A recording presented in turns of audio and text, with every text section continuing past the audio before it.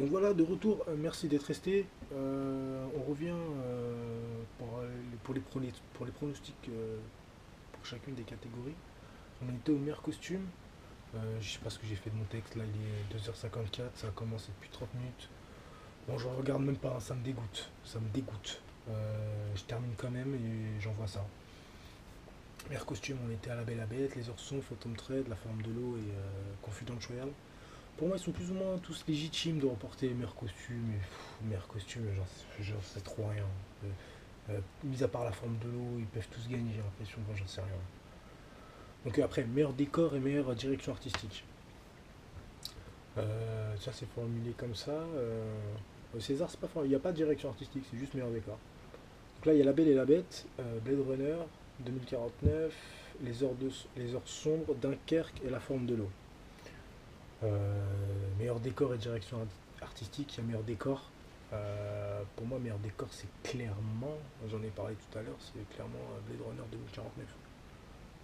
Incontestablement. Euh, je sais pas à qui d'autre tu peux le donner, si le donner à La Belle et la Bête, je comprends pas, t'as vu. Bref. Meilleurs effets visuels. Je n'aurais pas sauté, hein.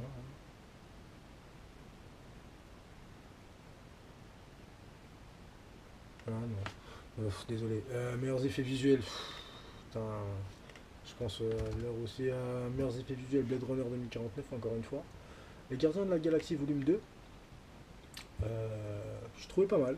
Franchement, c'est le même esprit que le 1. Sympa à regarder. Je trouve que c'est ce que Marvel réussit le mieux. Kong Skull Island, j'ai pas aimé. Mais les effets visuels, ouais, il est bien fait Kong, mais non. Star Wars, épisode 8, Les Derniers Jedi. Voilà, m'étonnerait.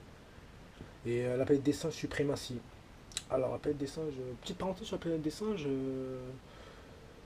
C'est dommage, j'avais beaucoup aimé les deux précédents volets. La barre a été placée très haute après la fin du 2, après le deuxième volet. Et soulevé énormément d'intrigues et de questions que le troisième volet, justement, ne prend pas la peine de résoudre.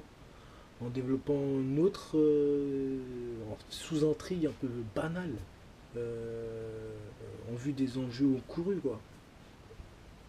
Je sais pas, je suis resté sur ma fin après le truc fini.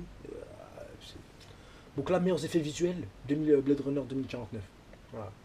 Hum, Vous avez vu, c'est un peu comme les Césars, mais non, ça va pas être que du Blade Runner, mais là, Blade Runner, j'ai bien aimé sur tout ce qui est fait visuel, sonore. Là, on va revenir aussi, bah, justement, meilleur mixage et meilleur montage sonore. En réalité, deux catégories distinctes, mais les nommés sont identiques, donc bon, j'ai rassemblé ça. À mon avis, ça va être le même vainqueur, je pense. Mixage et montage sonore. Ça m'étonnerait que ce soit deux différents. Donc là, il y a Baby Driver.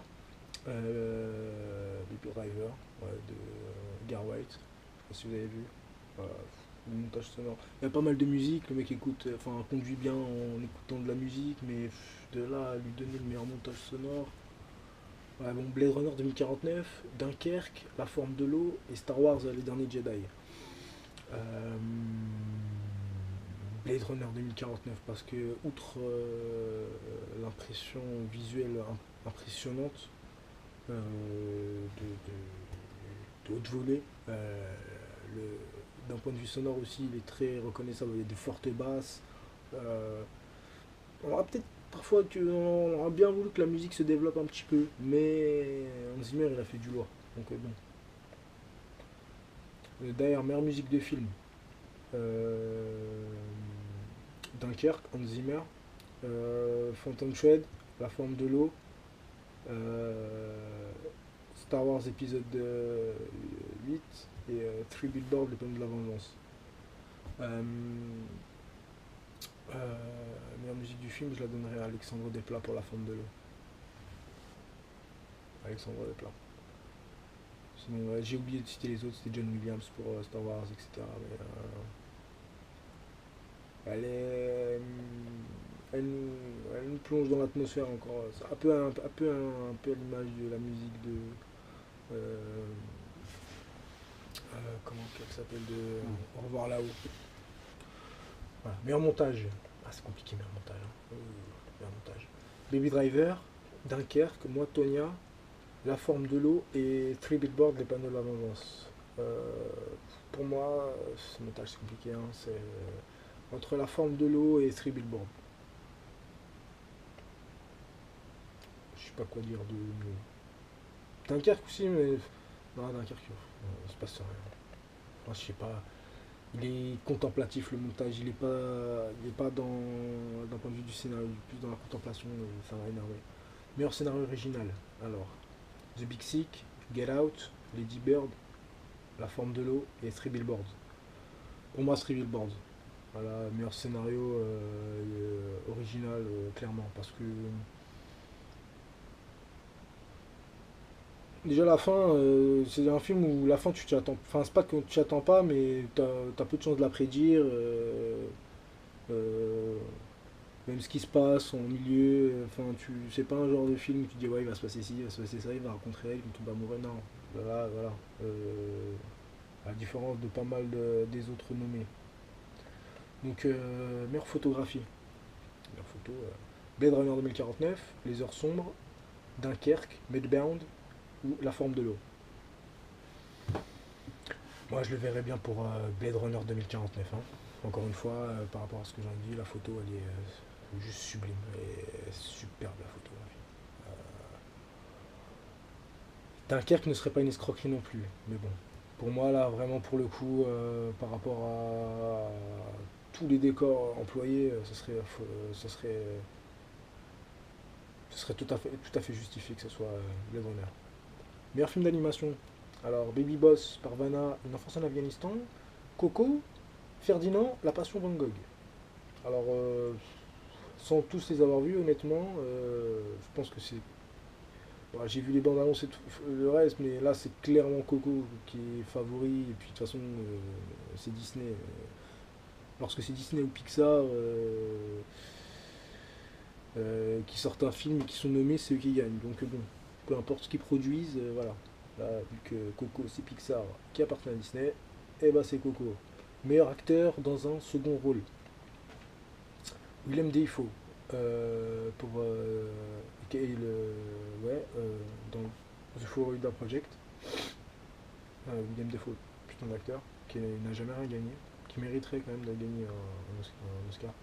Woody Harrelson dans Three Billboards, le rôle du shérif, Willoughby. Richard Jenkins dans La forme de l'eau.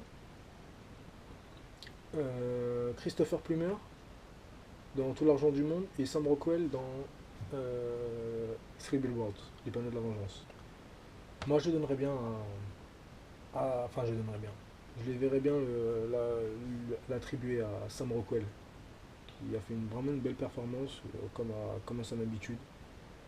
Et il ne l'a jamais eu, il le mériterait, je pense, pour sa carrière.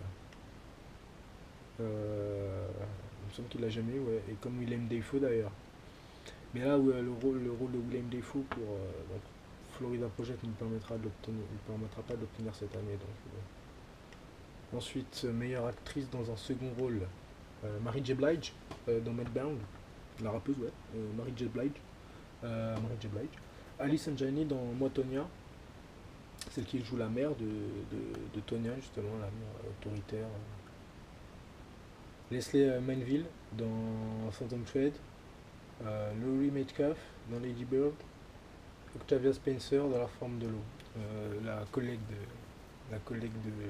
la femme muette justement qui tombe amoureuse. Là pour le coup, je verrais bien Alison Janney dans Moi, Tonya pour sa transformation physique et sa prestation de mère maniaco-dépressive assez remarquable. Donc voilà. Donc maintenant, meilleure actrice, tout court. Meilleure actrice. Alors Sally Jenkins dans La forme de l'eau, actrice principale. Frances McCormick dans Three Billboards. Margot Robbie dans Moi, Tonya. Showers Ronan dans Lady Birds. Et Meryl Streep dans Plot et Gun Papers. Meryl Streep quand même, c'est le record, hein, Meryl Streep. Hein, c'est 21 nominations, 3 Oscars. Le record féminin. Pour les nominations, parce que en termes d'Oscars obtenus, je crois que c'est Katharine Hepburn qui est au-dessus. Mais voilà. Ensuite, Frances McCormick